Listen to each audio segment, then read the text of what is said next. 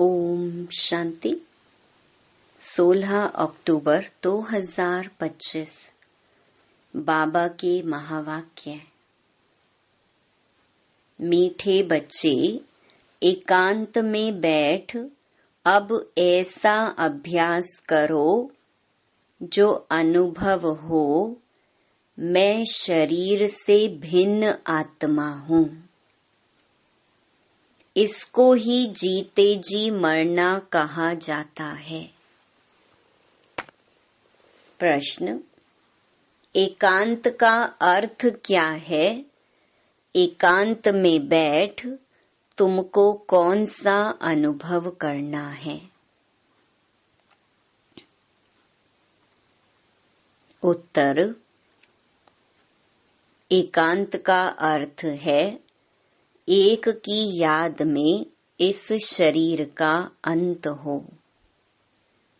अर्थात एकांत में बैठ ऐसा अनुभव करो कि मैं आत्मा इस शरीर चमड़ी को छोड़ बाप के पास जाती हूँ।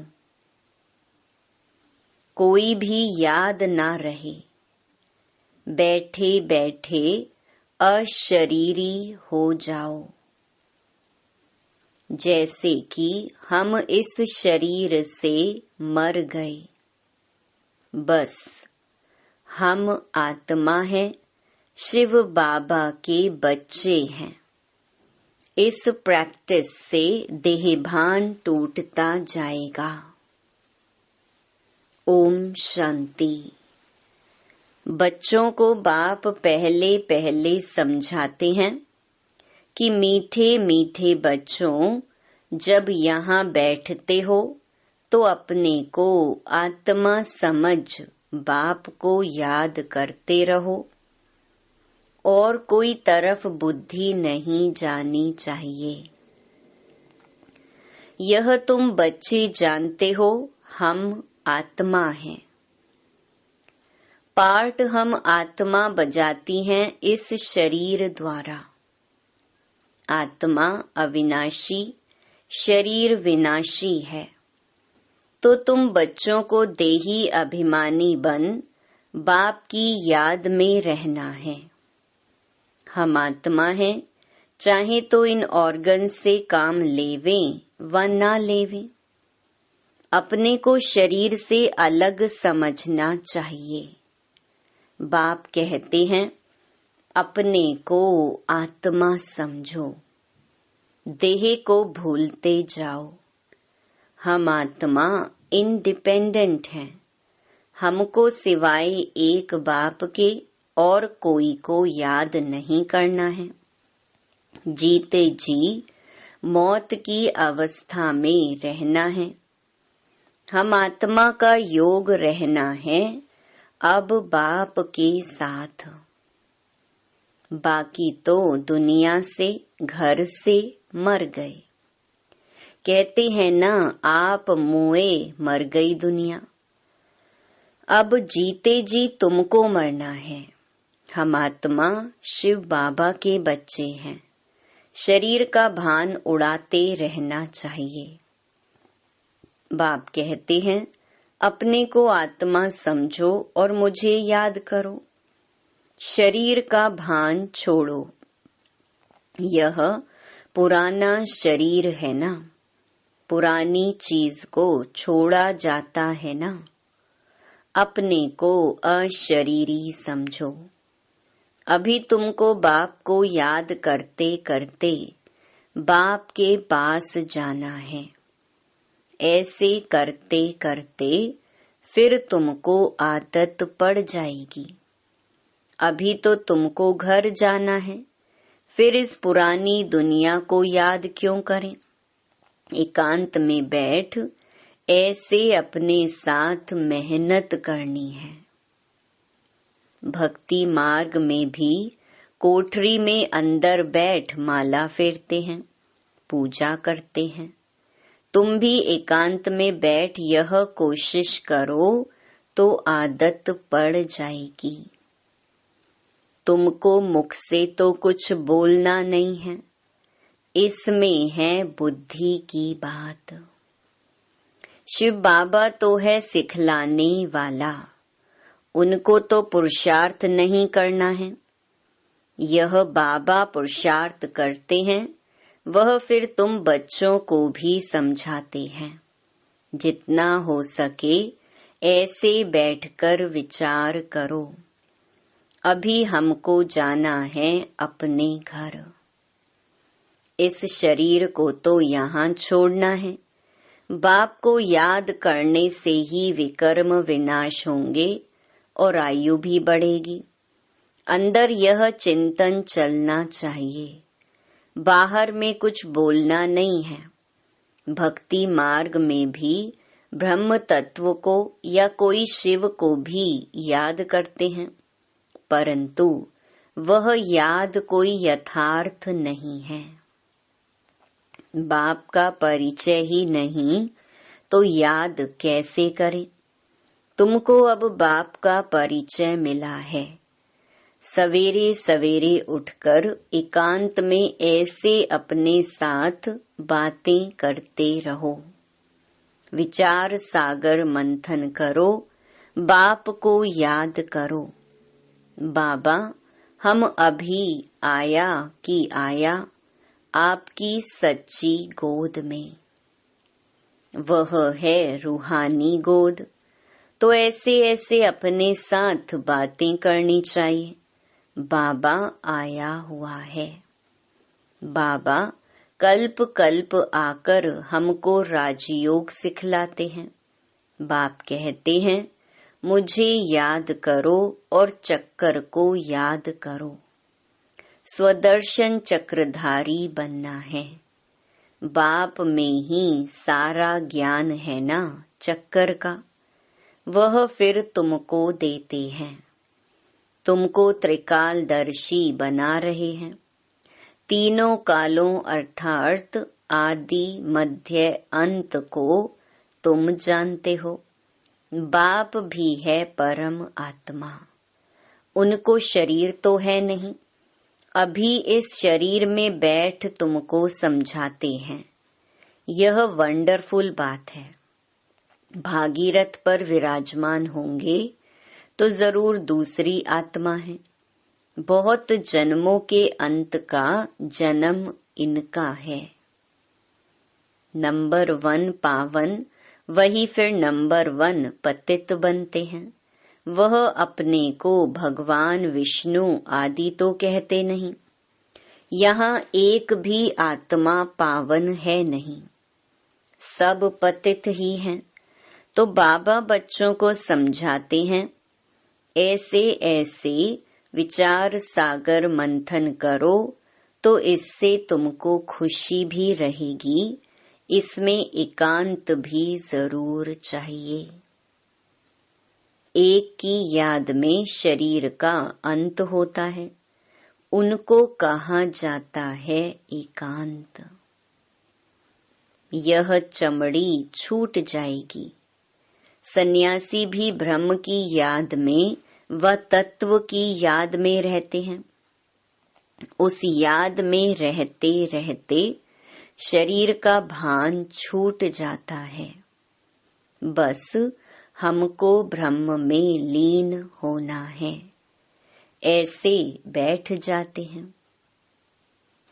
तपस्या में बैठे बैठे शरीर छोड़ देते हैं। भक्ति में तो मनुष्य बहुत धक्के खाते हैं। इसमें धक्के खाने की बात नहीं।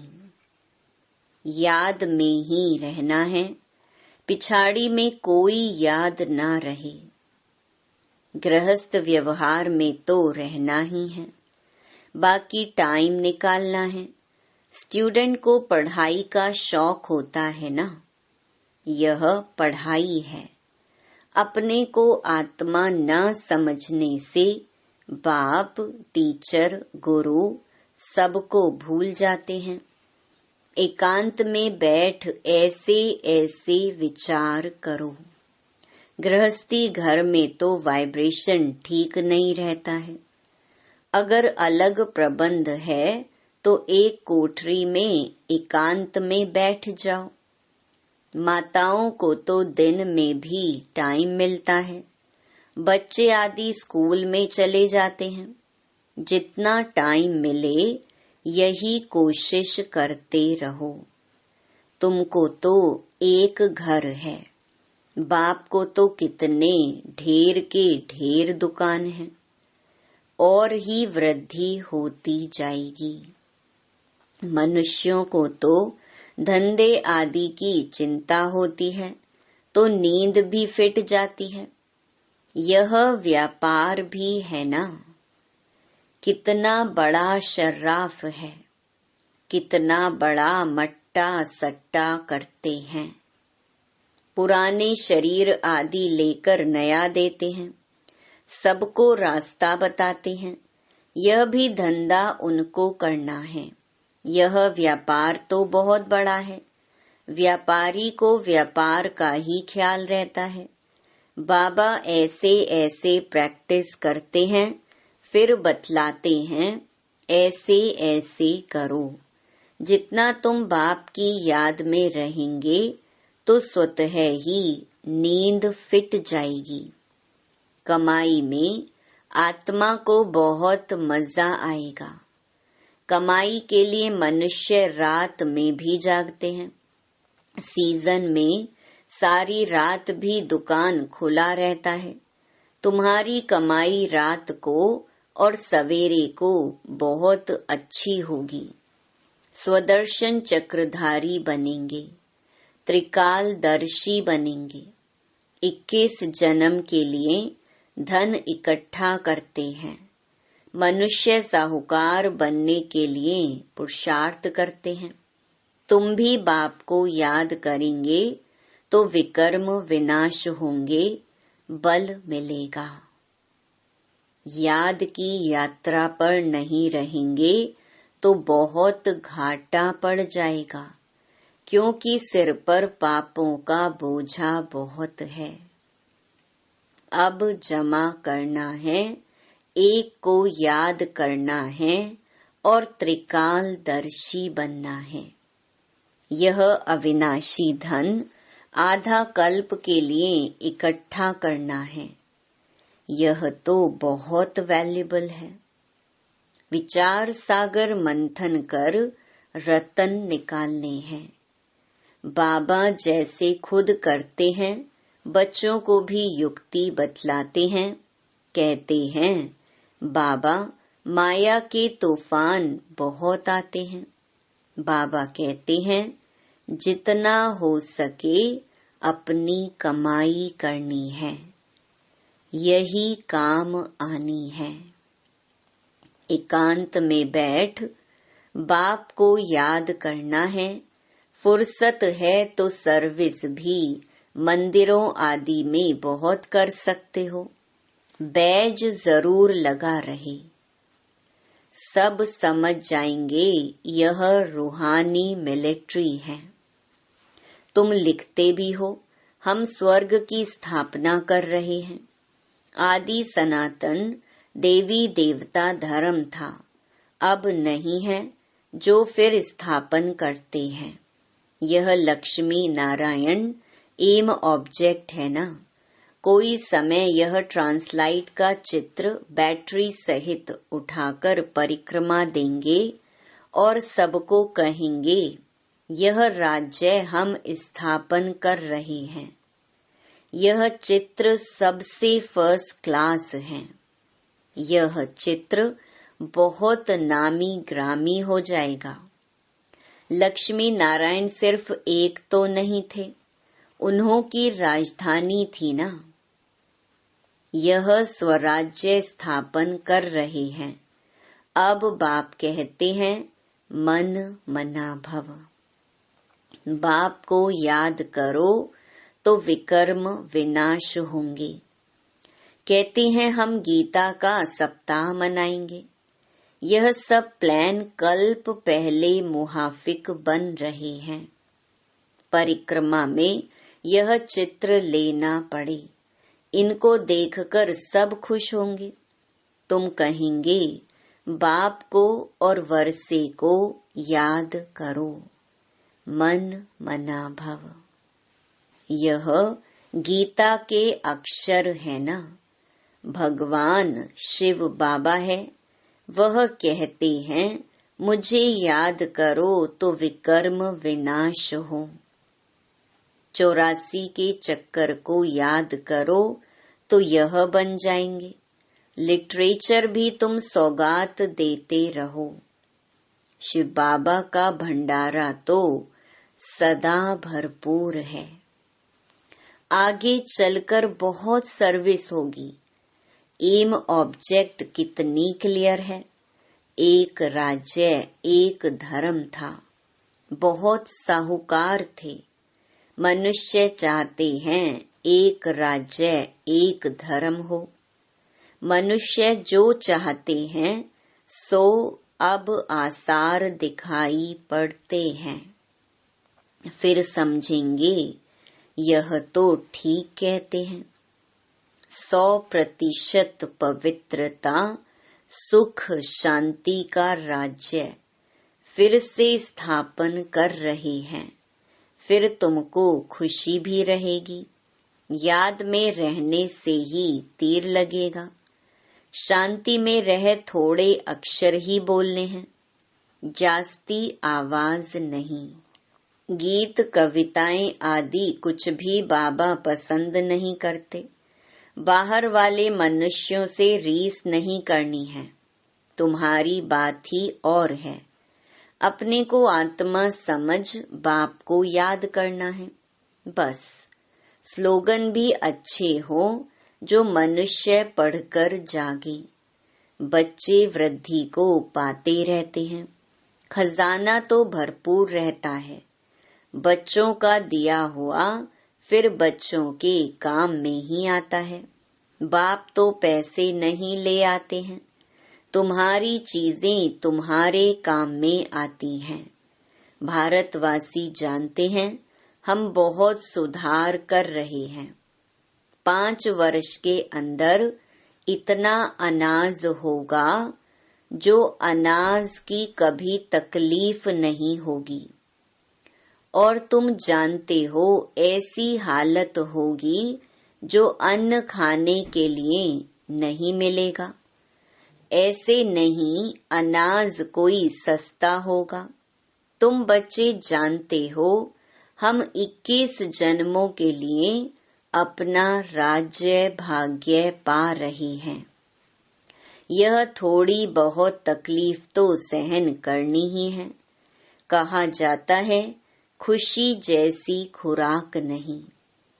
अति इंद्रिय सुख गोप गोपियों का गाया हुआ है। ढेर बच्चे हो जाएंगे। जो भी सैपलिंग वाले होंगे वह आते जाएंगे। झाड़ यहाँ ही बढ़ना है ना। स्थापना हो रही है और धर्मों में ऐसा नहीं होता है। वह तो ऊपर से आते हैं। यह तो जैसे कि झाड़ स्थापन हुआ ही पड़ा है। इसमें फिर नंबरवार आते जाएंगे। वृद्धि को पाते जाएंगे। तकलीफ कुछ नहीं। उन्हों को तो ऊपर से आकर पार्ट बजाना ही है। इसमें महिमा की क्या बात है। धर्म स्थापक के पिछाड़ी आते रहते हैं। वह शिक्षा क्या देंगे सदगति की? कुछ भी नहीं। यहाँ तो बाप भविष्य देवी देवता धर्म की स्थापना कर रहे हैं।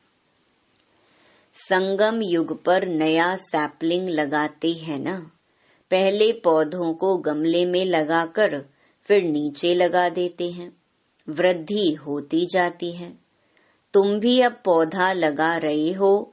फिर सतयुग में वृद्धि को पाए राज्य भाग्य पाएंगे। तुम नई दुनिया की स्थापना कर रहे हो। मनुष्य समझते हैं अर्जुन कलयुग में बहुत वर्ष पड़े हैं, क्योंकि शास्त्रों में लाखों वर्ष लिख दिए हैं।